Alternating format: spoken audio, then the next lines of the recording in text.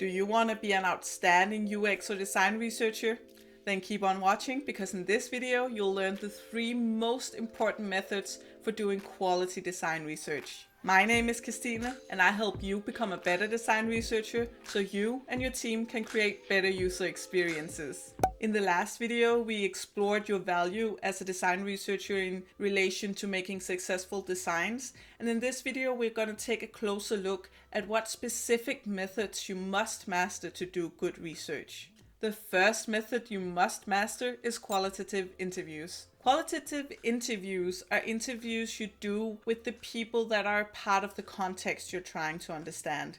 If you're researching the process of going to the doctor, then you would be interviewing the patients, and depending on your focus, maybe also the receptionist and the doctors. When you prepare for a qualitative interview, it's important that you have some questions ready that you think will be relevant and that will serve as a guideline when you're doing the interview. But don't get married to these questions. It's important that you're flexible and can explore the new subjects and areas that will arise during the interview.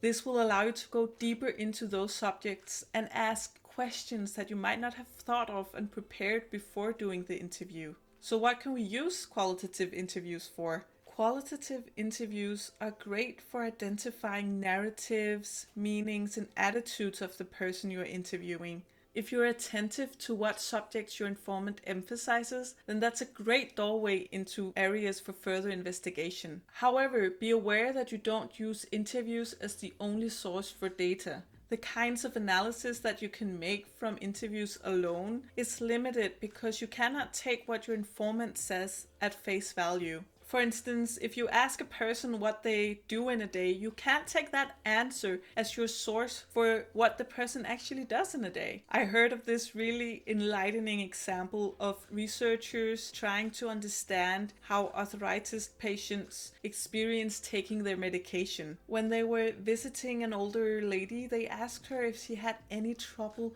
opening the pill bottle, to which she said no. They then asked her to show them the process of taking her medication. And lo and behold, she took out the meat slicer to open this pill bottle, ultimately revealing that the pill bottle was actually too hard for her to open with her hands. To her, however, the process of opening the pill bottle with the meat slicer had become so normal to her that she didn't even think about it as an issue to mention to the researchers. However, it's important to know that interviews are really important for doing good research. Through interviews, you get a really great insight into what people emphasize. What do they like to talk about? Where do they take this interview? And that gives you really great insight into what you might want to investigate further. So please put qualitative interviews in your tool belt of methods that you use when you're out doing your thing.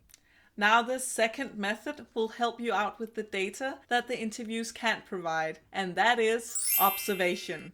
Doing observation is like being a fly on the wall. Your aim is to be as non-influential as possible on the situation so you can get a real authentic insight into what actually goes on in the context. Through observation, you might even discover that people are not actually doing what they said they're doing when you interviewed them. Maybe the boss isn't that encouraging towards her employees as she claimed, and maybe the doctor doesn't wash his hands quite as often as he made it sound like in the interview.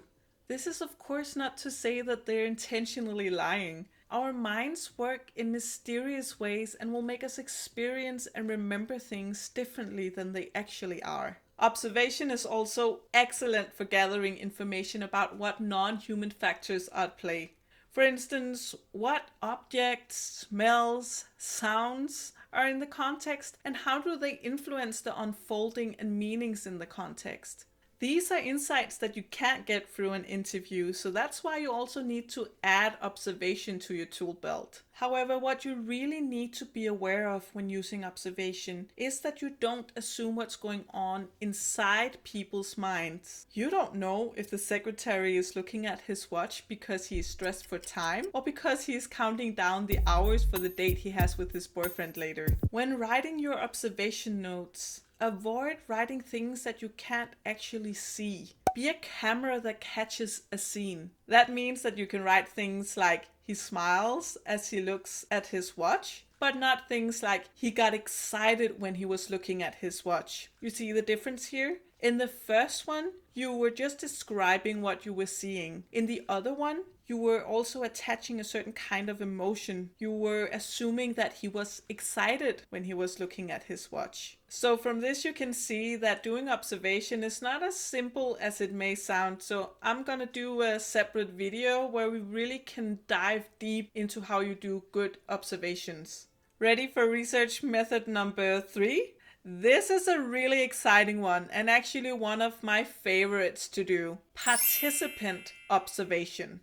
This method differs from pure observation in that you immerse yourself in the situation you're researching. You are not being a fly on the wall like you are when you're doing plain observation. Instead, you are engaging in the same activities as your informants are. If they're filling out insurance papers, then you are filling out insurance papers. If they're waiting for the doctor in the waiting area, then you are waiting in the waiting area. What I really like about this method is that you get to experience on your own body what it is like to do these activities. You'll get to experience what it's like to sit on those chairs, the experience of sounds of footsteps and names being called. You'll get to experience the frustration of filling out papers that needs information that you have long forgotten about and that you didn't even know that you needed to know, while you try to dig this information from the back of your head. These are incredibly valuable insights for discovering what works well and what doesn't work as well in a given context.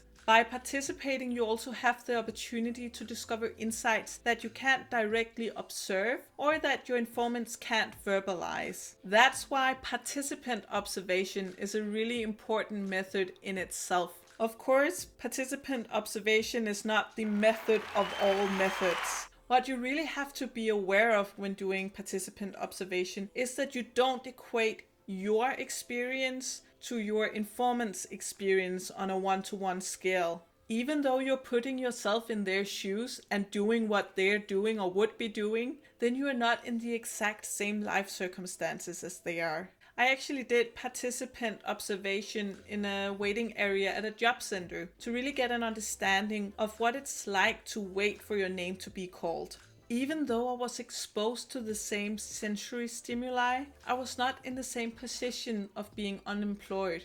Being unemployed comes with certain emotional and identity related aspects that inevitably will influence what it is like sitting there in the waiting area at the job center. The emotional and identity related aspects I needed to get a comprehension of more so through the interviews than the actual participant observation. However, doing participant observation was really important for me to discover insights about what it means to actually be in this situational experience. And that is information that you can't do from pure interviews or pure observation alone. So please put participant observation in your tool belt along with the other methods. From this, I hope you can see that each of these methods, the qualitative interviews, the observation, and the participant observation, each have their purpose, but also how they need to work together and play together in order to do great research. Now that you know the 3 research methods you must master, why don't take a look at the errors that you really don't want to make when you're doing research? Stay tuned for the next video where we're going to take a closer look at the 5 mistakes you really don't want to make when you're doing UX or design research.